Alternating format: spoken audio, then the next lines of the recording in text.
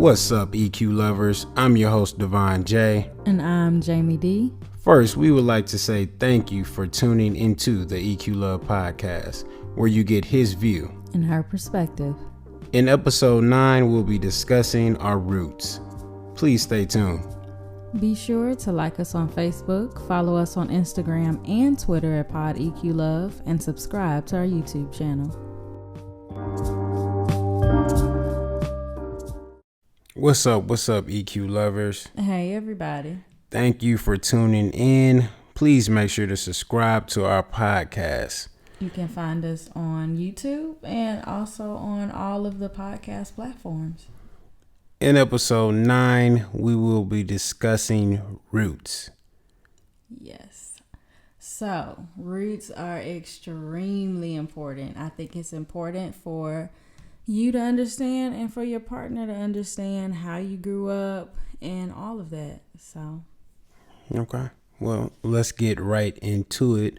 What we'll be doing is breaking things down. So we're going to be breaking Jamie's roots down, and then we'll break mine's down, if that's okay with you. Sure. Y'all get to learn a little bit about us, I guess. Just a little more. Just a little small sample. Yeah, understand why we are the way we are. We're crazy. Okay. So let's start off with just asking each other who raised you. So I asked you, Jamie, who raised you? So, do we have time? Okay, I'm gonna try to put this into a nutshell, okay, yes. Guys? So my mother and my father were never married, and so I was kind of raised in two households, one with my mom, my stepdad, and another with my dad and my stepmother, and then my siblings in both of those homes. Okay, so who raised me? My aunt raised me and my father raised me. My dad was never married. My aunt was married, but she was divorced by the time I was born. So I never seen my aunt with a man. And I have seen my father in different relationships, but never in a marriage. Was this all in one household? Like, did your aunt raise you in one home and your dad in another, or were all y'all in the same home? It was kind of back and forth. Sometimes I would be raised with my father in his household, then I would be back with my aunt. But where I really was raised, honestly, was pretty much underneath my aunt's household. Okay. So, do you have siblings, or are you like the only child? I have 4 sisters. Okay. Yes. Whoa. Unfortunately, I am the only boy. Yeah. So. Wow, that's. Yeah. Are you the oldest? No, I have an older sister and I have 3 younger sisters. But the thing was, I wasn't raised with my sisters. So I grew up kind of like the only child. Oh, child. Yeah. That's something else. So did your aunt have kids? You know, if you were like in her house, did you have like cousin siblings and stuff? I have a lot of cousins. I grew up with, I want to say at least three of my cousins. When at that age we were kind of like, we were so close where we were kind of like brothers and sisters. Oh, okay. But again, they were coming over to my auntie's house, which was, you know, the house that I was staying in. So it's like they wasn't in auntie house. They were coming over. Okay. So it was just, they're coming over to my house. Yeah. Yeah. Yeah. So what about you? You have any siblings? Oh boy, that's another. Okay, let's put this in a nutshell. We don't have that much time. Look, I'm trying to narrow things down. Okay, so my mom, my stepfather has 2 girls together. My stepfather has 3 girls. Before he married my mom, he had those. My dad and my stepmother have a boy and a girl. And then now that my dad is remarried, she has a boy and a girl. So altogether, it's like 9, I think. I lost count. But I'm the oldest out of everyone except for my stepfather's daughters. But they were never really there. Okay. So I grew up like I was the oldest pretty much in all my homes. Got you. So, speaking on that, what about growing up? How was the structure of the household? Like, was it, did you have a lot of freedom growing up, or did you have like, were your parents kind of strict? So it was night and day. I pretty much lived and grew up with my mom, my stepfather, and that household was very strict. Okay, y'all, like I didn't go anywhere really. I didn't do much. I kind of really didn't have friends over. I kind of really couldn't spend the night at nobody's house. So, and like you getting up for church, like, Now, at my dad's house, which I would spend like summers with him, it was like night and day. Like, I mean, it was kind of free. So you Like, I had, could do really so you had a lot of whatever. freedom at your dad's house, Yeah. but at your mom's house, it was Oh, okay. So, which house were you at most of my the time? mom's house. So, okay. So, with you being inside the house, would you now consider yourself more as like a homebody? Like you just like to stay at home and just chill?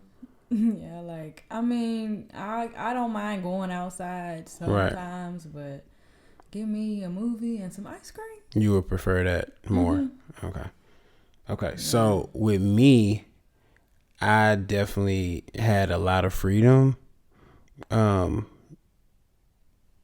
up, my dad pretty much was in charge of the rules when it came to discipline me. So I didn't have a curfew.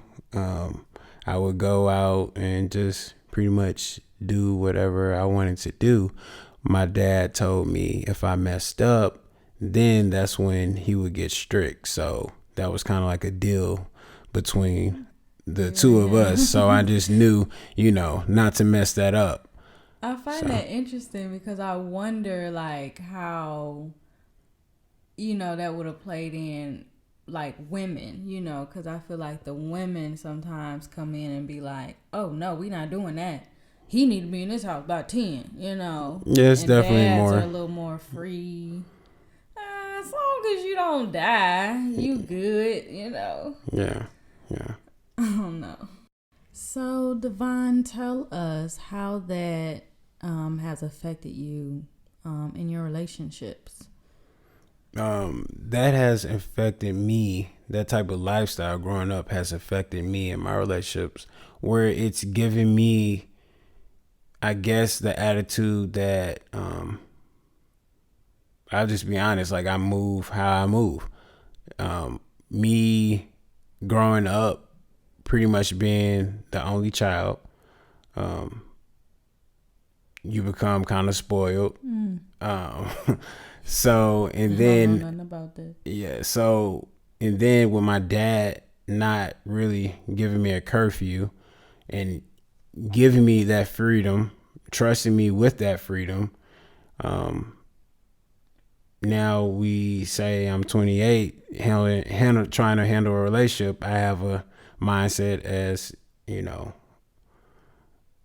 I have a lot of freedom. I just do what I do. But how do you view women, seeing like your aunt never married and your dad not married either, but like in different relationships, like, how do you see women because of that? What do you mean? How do I see women? Like, I feel like how you're raised gives you a perspective on how you view women, like your mind about women. Like, do you feel like all women feel independent, they don't need a man because your aunt didn't have one? Do you feel like women should be submit to whatever a man does because your dad didn't like have a constant woman in the home for you? Like, I guess looking at my background, I guess it's kind of weird because my auntie did raise me, and I never seen her with a man. So I guess I would maybe have the mindset that women should be independent, but I don't. I don't know why, but I don't. I feel that women and men do need each other. I just feel like my auntie may have, life just didn't present her with another partner, or maybe it was something deeper to that divorce, getting out of the divorce, that I don't have any knowledge of. Yeah. Do you shy away from the idea of marriage because you didn't have examples? I think that plays a part in that. I think it would be a lot easier if I think it would be a lot easier if my dad was married, like with me growing up, having that example. Because as a child, people who raise you, they're role models. Right. So you kind of want to do what they do until you get a lot older and realize, you kind of do what you have a passion for. But if you see your dad working at the bank, you want to work at the bank, or if you see him playing sports, you want to do what he's doing. So that definitely plays a part. Yeah. Okay. I think, and I'm asking him these questions because I think that we should ask ourselves these questions, just like, man, like, how do I really view relationships based on what I grew up in? For me personally, I saw a lot of marriages. I can't say that they were marriages that I use as examples of what I would want. And I think because of that, I kind of wanted to create my own world, like get married younger. We talked about that. Which was probably had a big impact on why you felt comfortable getting married kind of young, because you did see a lot of marriages growing up, correct? Yeah, I did. And I just kind of wanted I wanted to create my own oasis, like my own peace, and my own stability. Right. So it really made me like view marriage in a way of, I think it's a good thing. I didn't really look at it as, I definitely don't want to do that. But I just wanted it to be how I thought it should be in my mind. Gotcha. So. Okay, so EQ lovers, Jamie and I came up with 4 things that we thought that was important to talk about concerning your roots.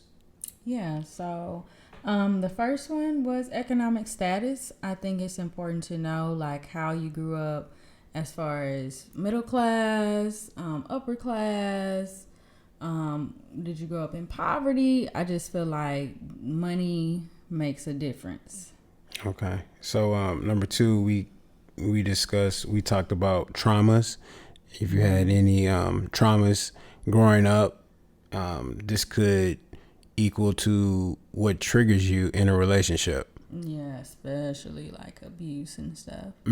So if you had growing up, you were abused, maybe your dad abused you or something. If a man that you're in a relationship may put his hands on you, maybe in a flirtatious way or something, it could trigger you in a way that he has no idea of knowing, unless if you tell him. Right. Okay. Religion, that's big. If you grew up in a house that, some of us grew up where you were at church every day of the week. You had Bible study, Sunday school, choir rehearsal, that kind of thing. So based on that, you may want a household that looks that way, or maybe you don't because you got burnt out. Right. So last we came up with heartbreaks. heartbreaks. This all is different with people dealing with it, but I know this equals to me keeping my guard up in a relationship, like from jump.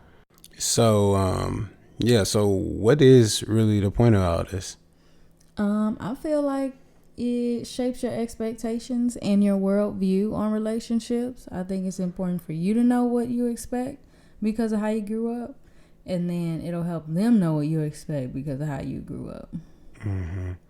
I think you'll get like you'll have a better understanding of why someone acts how they act. Yeah, understanding is important. Yeah, because if you don't understand why they act how they act, you could that'll leave bad assumptions or bad judgment on the person. Escape saying it. Yeah. I feel if oh, he acts like that because that's how his dad acts, or oh, she acts like that because her mom is like that, or I think it's easier to cope with. It gives you more grace for that person, just a little bit, when you feel like they can't really help it. Right. Because there's a reason. So even when we're dealing with, because we really talked about trauma and triggers, and we kind of went through it real quick, but I think that's a real big thing that really shapes us. Right. So we're just kind of, I guess, give y'all our examples. You want to start? Or you want me to start? Yeah, I'll start. So what triggers me is I guess abandonment. Mm-hmm. So me not growing up with my mom, she never really was in my life. So I always have in the back of my mind that a woman's going to leave me. So that definitely triggers me, and it affects me. Does it make you hold on tighter, or does it keep you from holding on at all? It makes me hold on tighter if I feel that she's leaving, like she's going to leave. Okay. So then the next relationship I have, my walls up. Yeah. Yeah. Okay. So what about you? So growing up for me, I dealt with a lot of verbal abuse. So I get triggered typically with words, and I hate being talked down to, and I hate when I don't like being cursed at, and I don't like someone getting loud with me. Did your parents, they curse at you a lot, or? It was like one family member that was not. They didn't curse at me, but it was just like negativity and a lot of criticism. Gotcha. So I can take that, like if somebody's very critical of me too, like I can take that as like, oh, I'm not enough, or I'm not doing anything right, and I take it personal. Okay. Let's get to the EQ side of this. So pretty much when it comes down to it, we all know that everyone has their roots / backgrounds. But the key to it is both people acknowledging their backgrounds and working on how to merge each other's together for it to work. Exactly. So that's leading us into pillow talk for tonight. This one is going to be kind of fun, not so serious, okay? So we want you guys to discuss with your partner your favorite family TV shows growing up. Okay. Yeah, not just any, but family, okay? Right. So when they're expressing this, please remember to take the answer very seriously, because this is something that they'll probably hope to try to resemble into the relationship sometime soon. Yeah. There's a lot of shows. If you guys need examples, like I grew up seeing like Martin, The Cosby Show. What are some other ones like Bernie Mac show? Bernie Mac. I know it's probably gonna go over your heads, but I like the Kings of Queens and Everybody Loves Raymond. Yeah, stuff like that. So, and all of them I feel like had a different structure in that family. Definitely. It's something that you could actually relate to. I know in my relationship, like she would definitely know that I like to watch Everybody Loves Raymond. I mean, the title says it in it. Everybody Loves Raymond. It's something that I can relate to. I feel growing up, me being kind of like the only child. My auntie just, you know, she is just, Raymond was spoiled. It's something I can relate to. You know, another thing in the Bernie Mac show. The Bernie Mac show, it shows tough love. That's something I can relate to as well. My family, my auntie, my dad, they never really expressed, you know, saying, you know, I love you and all that. But I knew that, and I still know today that they love me. It's just, I guess it's tough love. So. Okay. One that I loved was The Cosby Show. Like, that's really the only one that I'm like, oh, I want to grow up and my life look like that. Like, right. Claire was like classy. Well, I'm not gonna sing Savage because I felt like I was going there. Yeah, but she had her own thing going, but she like knew how to like submit to her husband. And I just love the way they did things with their children. Like, they didn't play like no nonsense, but they let them learn. Yeah, like learn in different ways. Yeah. So that's one of my favorites. So I would actually like if y'all maybe put in the comments some of y'all favorite TV shows, or you know what you grew up watching, maybe some couples you wanted to emulate in your life. I think that'd be cool.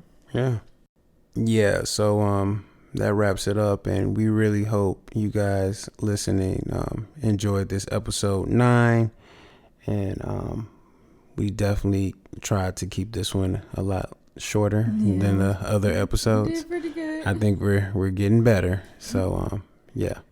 All right. So make sure you guys tune in to these episodes. Make sure you subscribe on YouTube. Make sure you subscribe on Apple Podcasts, Spotify. We're really on everything. Mm-hmm. So tell a friend to tell a friend, and thank you again, EQ lovers. EQ Love checking out. We'll see you guys next time.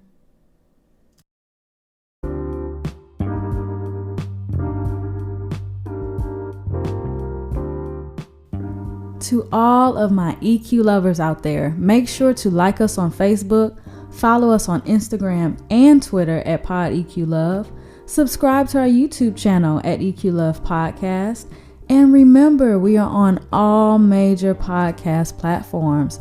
And if you have any questions or topics that you would like us to discuss, feel free to message us on social media, or you can email us at podeqlove@gmail.com.